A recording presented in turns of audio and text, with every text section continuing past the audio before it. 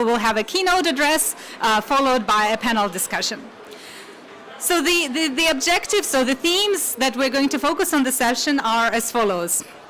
The first one is about critical skills and competences that are needed for green jobs in sectors such as renewable energy, sustainable agriculture, and climate adaptation. The second focus is exploring how education systems, vocational training, and lifelong learning can support a sustainable future. Finally, we will be also discussing how partnerships among public and private stakeholders can drive human capital development for sustainability. There is a lot of discussion at this COP about finance, and we know that without pulling in private finance to complement public finance, we will not be able to deliver on the goals and the commitments. And in addition, we want to, this was a subject that I'm very passionate about. Within that, we also want to have a bit of a highlight how within all that work on jobs and skilling, we can also promote inclusivity, gender equality, social inclusion, ensuring that the green economy opportunities are accessible to diverse groups, including women, youth, persons with disabilities, and other marginalized social groups. So with that introduction, it is a great pleasure for me to introduce our keynote speaker who will start off the session. And I would like to invite Her Excellency Ambassador Rulita Camacho Thomas, who is the Climate Ambassador for Antigua and Barbuda. Appointed earlier this year, Ambassador is passionate advocate for sustainable development, ecosystem conservation, and climate resilience. She advises the government of Antigua and Barbuda on critical issues, leveraging her expertise in policy development. And she remains a devoted champion for small island developing states, representing Antigua and Barbuda in multilateral agreements. We are delighted to welcome her today, and I hear that later in the afternoon she has a very important engagement related to promoting gender agenda and working on the gender action plan. Warm welcome to Ambassador Rulita Camacho Thomas.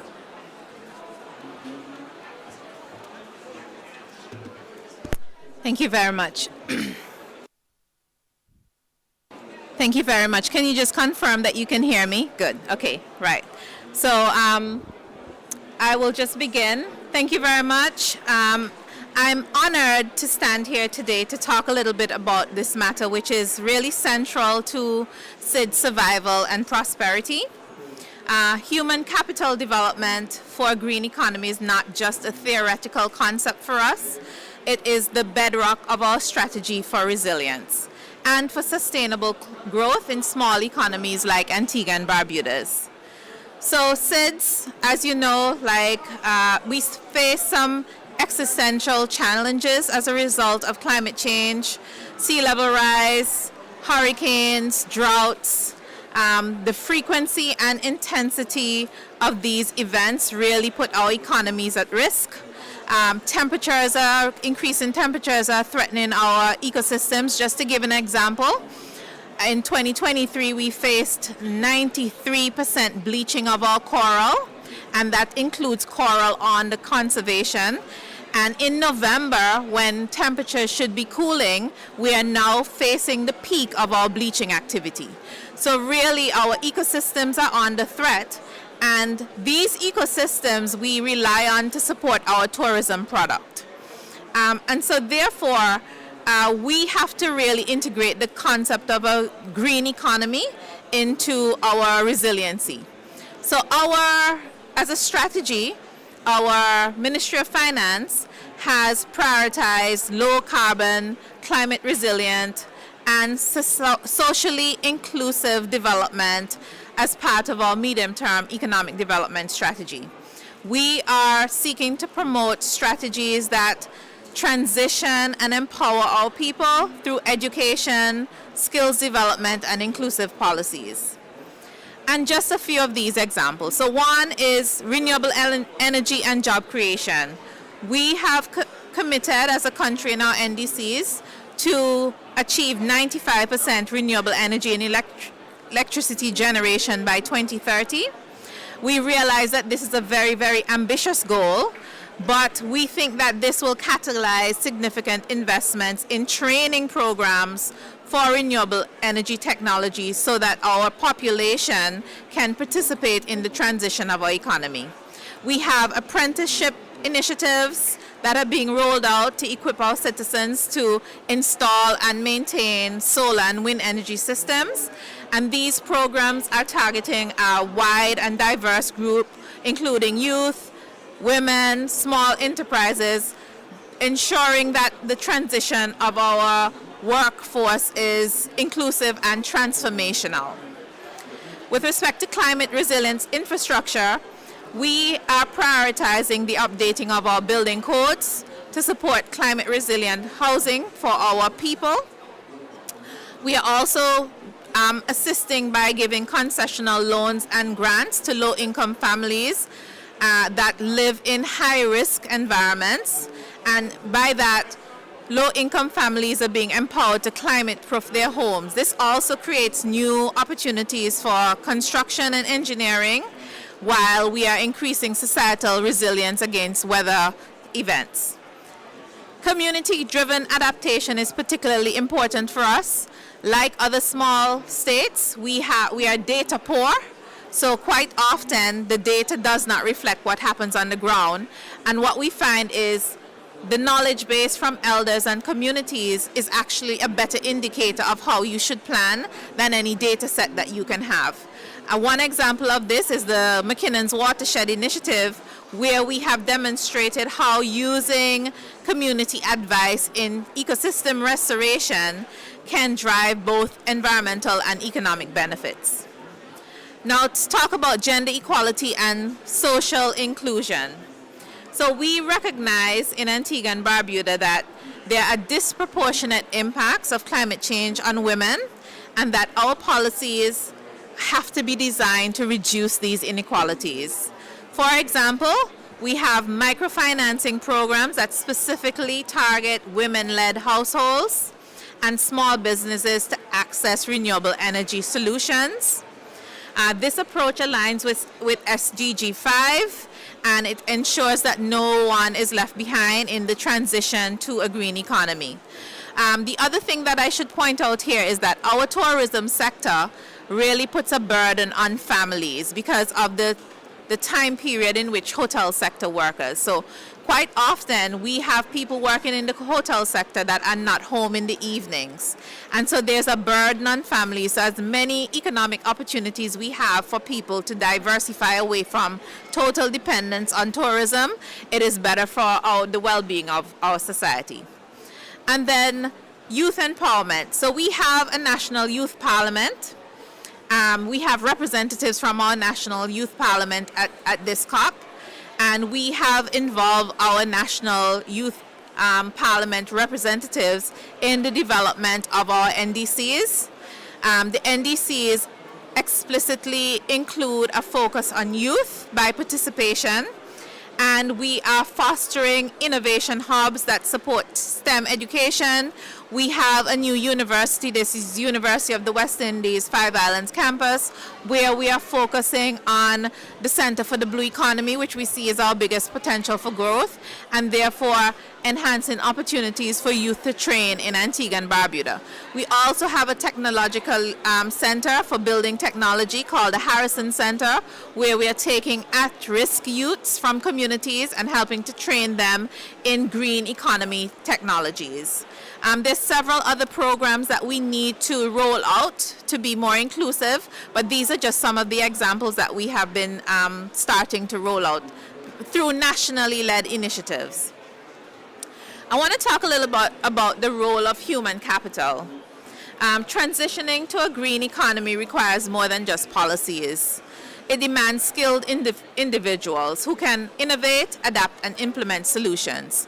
Unfortunately, a recent ECLAC report that has not been published yet, but what it's showing is that our economy is becoming less technology-driven instead of more technology-driven. So because of our service-based economy, our reliance on natural resources and the reliance on tourism, we have a deficit in people having the desire to do training in technology to make an income, to make a livelihood. And so what we need to do in terms of our part of our greening of our economy is to refocus on technology, because that's where we see that our growth out of this service dependent economy is going to be.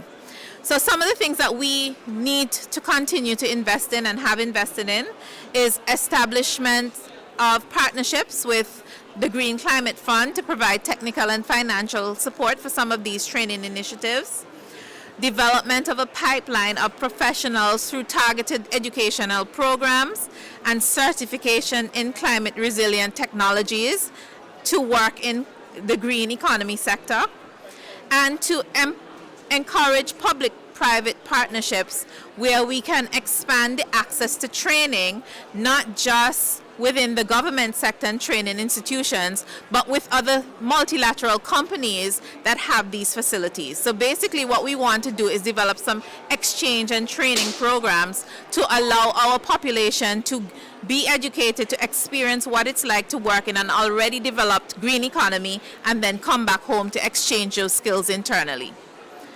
Just some lessons for small island developing states from what we have seen. We have 3 critical lessons that I'd like to share with you. One is that local knowledge matters. Community engagement and local expertise are invaluable in SIDS. The data that we have on the international data available does not represent what actually happens in communities. It is not downscaled enough to represent what our experience is, and it does not include our traditional and culturally sensitive issues.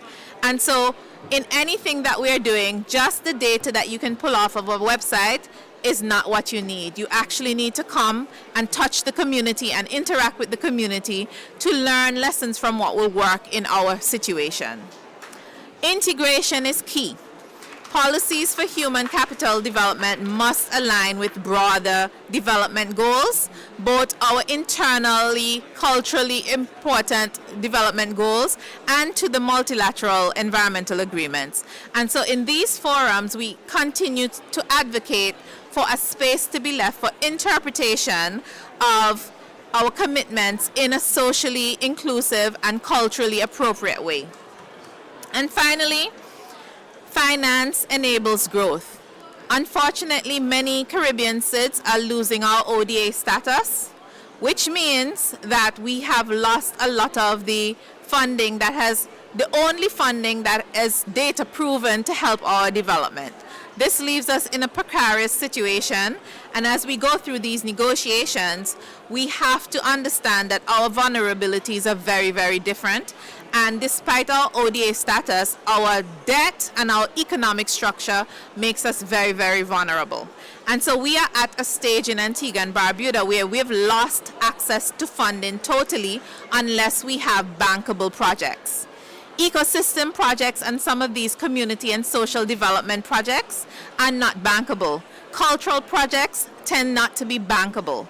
And so as we go forward and we try to have this transition to be inclusive, we have to understand that the current setup for economies like ours do not enable transition in a just way. And so therefore, we have to emphasize that the access to finance, without it being bankable, without proven concepts, is needed for small countries like us.